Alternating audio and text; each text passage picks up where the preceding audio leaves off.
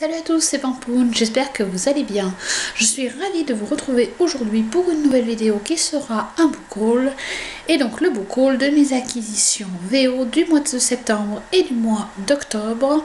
Puisque comme vous l'avez sans doute remarqué, il n'y a pas eu de book haul fin septembre puisque je n'ai d'une pas eu le temps. Et de deux, il n'y avait pas assez de choses à vous montrer. Il y a énormément de livres, encore une fois, que j'ai à vous présenter puisque j'ai fait une grosse commande.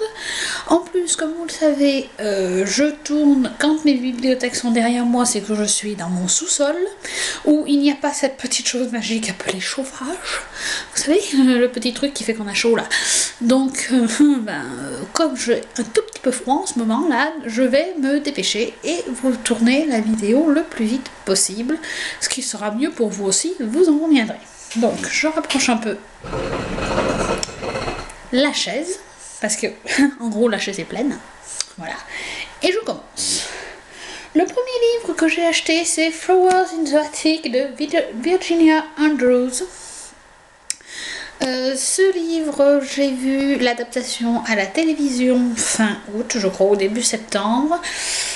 Il s'agit d'une histoire familiale où on a des enfants qui vont se retrouver coincés dans un grenier. Comment vous dire, j'ai adoré le film, je suis en train de lire le bouquin, alors j'en suis au tout début, comme vous pouvez le constater, parce que j'ai eu beaucoup de choses à lire entre temps. Mais voilà, quand j'ai vu qu'il existait le livre, je n'ai pas hésité. En plus, reconnaissez que la couverture est absolument superbe, la tranche superbe. Donc j'ai très hâte de me plonger plus sérieusement dans cette lecture. Et vous aurez de toute façon sûrement une vidéo update lecture, soit pour chaque tome, soit pour la série complète, une fois qu'elle sera lue. En tout cas, une très bonne lecture en perspective et pour le moment ça commence très bien et le film a l'air d'être resté fidèle au bouquin, donc quoi de mieux. Dans le même ordre d'idée, je me suis pris le tome 2 qui est encore plus gros. On se retrouve 10 ans plus tard, je ne vais pas vous spoiler le premier tome qui correspond au premier film, mais voilà, on se retrouve 10 ans plus tard et il va y avoir une question de vengeance, un peu de folie dans tous les sens du terme. Donc une très bonne lecture. Pour le film, c'est quand même le premier film qui avait été mon préféré, mais bon, j'ai quand même très hâte de lire la suite.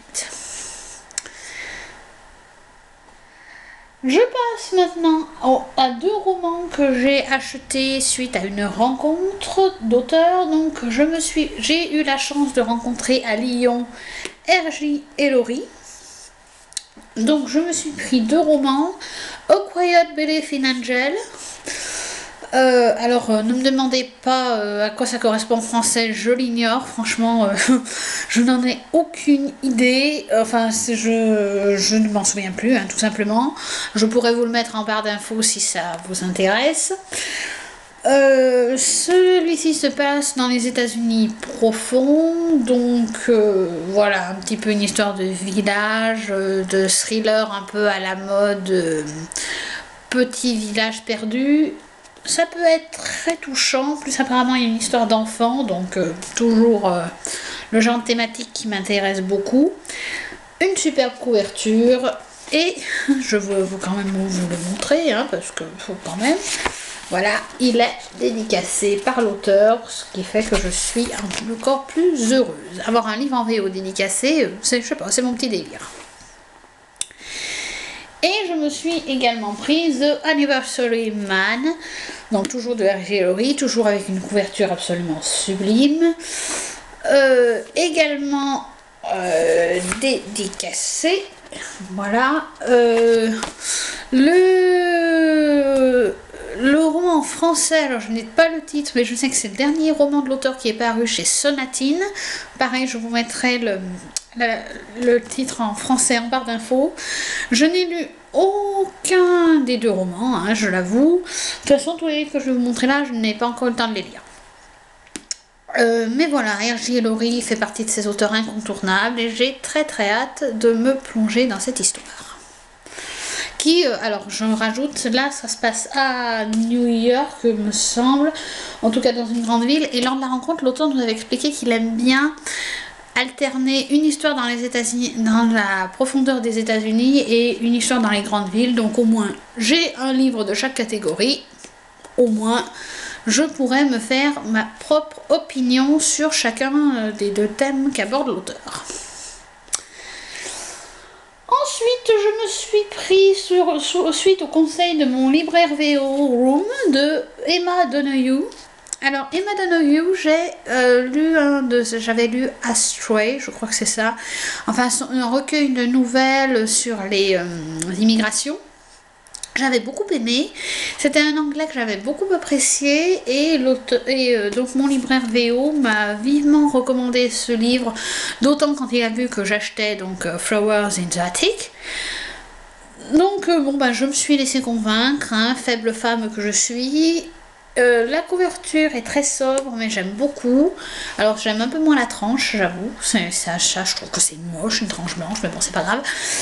Le livre est un peu abîmé aussi, mais arrivé franchement esquinté, mais bon, on va faire avec, hein, j'ai pas envie de me battre, donc tant pis. Je suis très curieuse de découvrir ce roman, qui est une histoire pareille de huis clos. Moi les huis clos, vous savez que j'adore ça, donc...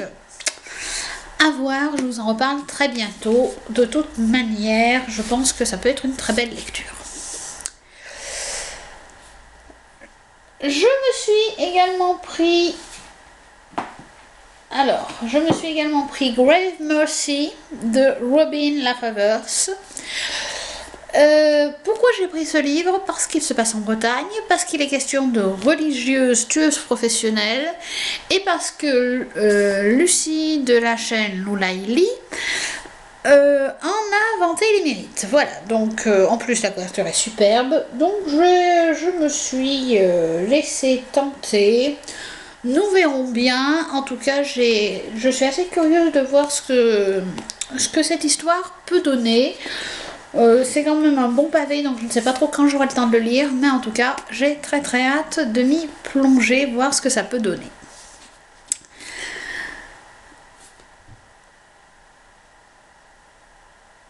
Puis je me suis pris le fameux The Secret Fire de C.G. Doherty and Karina Rosenfeld. Ce bouquin, tout le monde en a parlé, tout le monde va bientôt en parler puisqu'il va paraître dans la collection R dans le courant du mois de novembre, autour du 15 novembre je crois. Les auteurs seront présents à Montreuil. Autant vous dire que ce bouquin, on n'a pas fini d'en entendre parler, et pour ma part j'espère bien le lire, donc je pense que ce sera une de mes prochaines lectures puisque j'aimerais bien le lire en même temps que tout le monde, et en tout cas l'avoir lu pour Montreuil.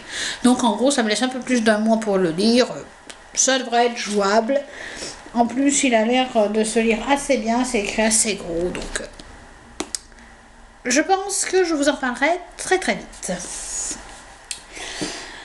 Je me suis ensuite pris What You Left Behind de Jessica Verdi. Alors dans ce roman, nous allons suivre l'histoire de... je ne sais pas. Wydon, je crois, oui, ça doit être lui. Qui, suite à la mort de sa compagne, je crois, ou quelque chose comme ça, va devoir s'occuper de son bébé, mais c'est un jeune homme, lycéen ou étudiant, je ne sais plus, mais en tout cas un tout jeune homme, qui va se retrouver à la charge d'un bébé, donc comment va-t-il s'en sortir? Quand j'ai vu le résumé de ce bouquin sur... sur Goodreads, voilà, pardon, j'avais oublié le nom. J'ai été très tentée, je suis très curieuse de voir ce que ça peut donner. Voilà, une très belle histoire en perspective, très touchante à mon avis. Il n'y a pas, à ma connaissance, de sortie française prévue pour le moment, mais si j'ai des infos, je ne manquerai pas de vous en parler, car je pense que cette histoire peut être une très belle histoire de relations humaines. Quand j'ai été chercher ma commande, je suis également tombée sur cette petite merveille. Alors je voulais le commander, et puis non, et puis oui, et puis non, et puis non. Et quand je suis arrivée chez mon libraire hier pour aller chercher ma commande, qu'est-ce que je vois? Ce petit bijou. Et là, ben, j'ai craqué. Voilà, parce que j'ai tellement aimé les 2 premiers tomes, c'est tellement une saga que j'adore, que je... Mais voilà, c'est une série, franchement, à chaque fois que je... C'est la première fois depuis longtemps qu'il y a une série dont j'attends à chaque fois la suite avec autant d'impatience. Donc je suis ravie de la voir, je pense d'ailleurs le lire très très prochainement parce que j'ai super hâte. La sortie française... Bon, je ne sais pas quand est-ce qu'elle est prévue, mais je pense qu'elle sera aux alentours du mois de mars-avril. Vous savez, quand le film de Tim Burton paraîtra au cinéma en France. J'ai super hâte de le lire. Et d'ailleurs, si quelqu'un me souhaite les 2 premiers tomes, alors, il faut encore que j'y réfléchisse, mais je pense que je vais peut-être revendre les 2 premiers tomes pour pouvoir acquérir les romans en VO. Donc si quelqu'un souhaite lire les premiers tomes en français, pourquoi pas avoir, mais pourquoi pas faire un échange, plutôt que vous achetiez le livre en français, vous achetez les livres en VO, on fait un échange standard, et puis, point barre, sachant que les livres sont lus mais ils sont en excellent état et ils seront toujours moins chers. Enfin voilà, si vous achetez les livres en VO et qu'on fait l'échange, vous payerez toujours moins cher que si vous achetez directement les livres en français. Bref, si vous êtes intéressé, n'hésitez pas à me le mettre en commentaire ou par mail via le blog ou par Facebook. Je suis ouverte à ce genre de propositions. En tout cas, j'ai super hâte de lire ce 3e tome. La couverture est une nouvelle fois splendide, la qualité du livre est merveilleuse. J'ai super hâte de me plonger dans cette lecture. Je me suis ensuite prise Accident Season de Moira Fowler Doyle. Alors, dans cette histoire, nous allons suivre une jeune fille, Kara, qui est dans une famille où, durant une période de l'année, il leur arrive tous les malheurs du monde. Et puis, un jour, elle va en avoir assez, justement, de cette vie-là, et elle va décider de comprendre pourquoi, justement, il y a tous ces accidents dans cette famille. Et donc, elle va partir en quête de son histoire familiale et va découvrir des secrets bien cachés. Enfin, vous voyez le genre. On peut penser à quelque chose de pas très original avec justement cette thématique du passé, du secret de famille, mais avec toute cette notion des accidents, je me dis pourquoi pas. Je me suis également pris Never Always Sometimes de Heidi Al-Saïd. Dans ce roman, nous allons suivre des jeunes filles qui vont faire une liste de ce qu'elles ne devront jamais faire, genre sortir avec un enseignant, ce genre de choses. Mais sauf que l'une des deux va bien sûr décider un jour de faire tous les interdits. Quand j'ai lu le résumé de ce bouquin, je me suis dit que ça faisait vraiment roman d'ado un peu, et puis un petit peu, un côté un peu puéril, je vais braver les interdits, gna gna gna.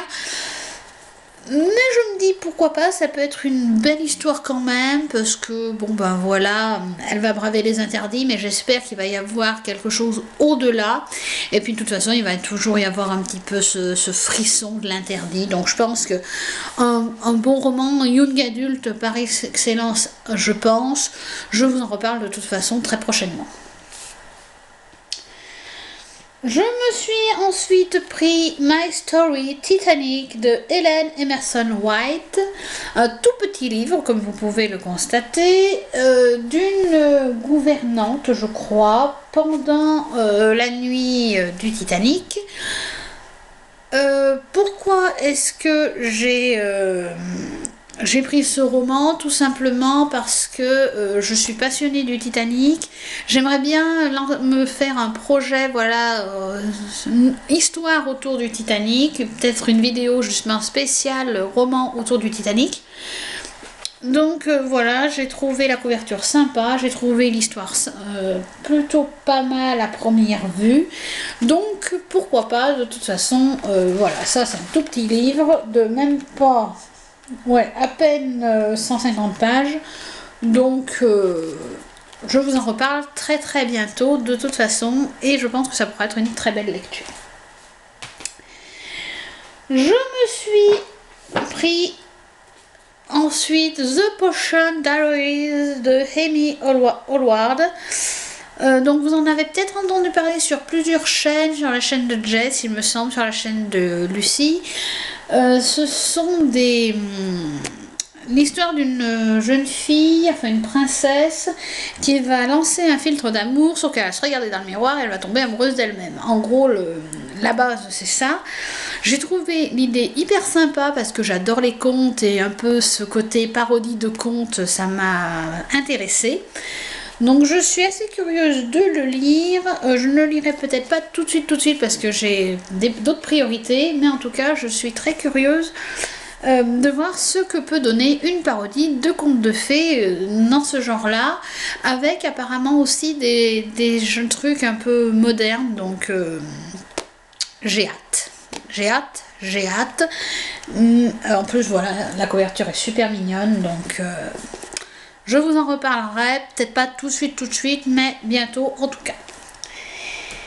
Et enfin, j'ai pris Never Never de Brianna L. Shrum, ça doit se prononcer comme ça, qui est une réécriture de Peter Pan, mais du point de vue un peu du Peter Pan qui va rencontrer le capitaine Crochet, et voilà cette rencontre entre le jeune garçon et le pirate.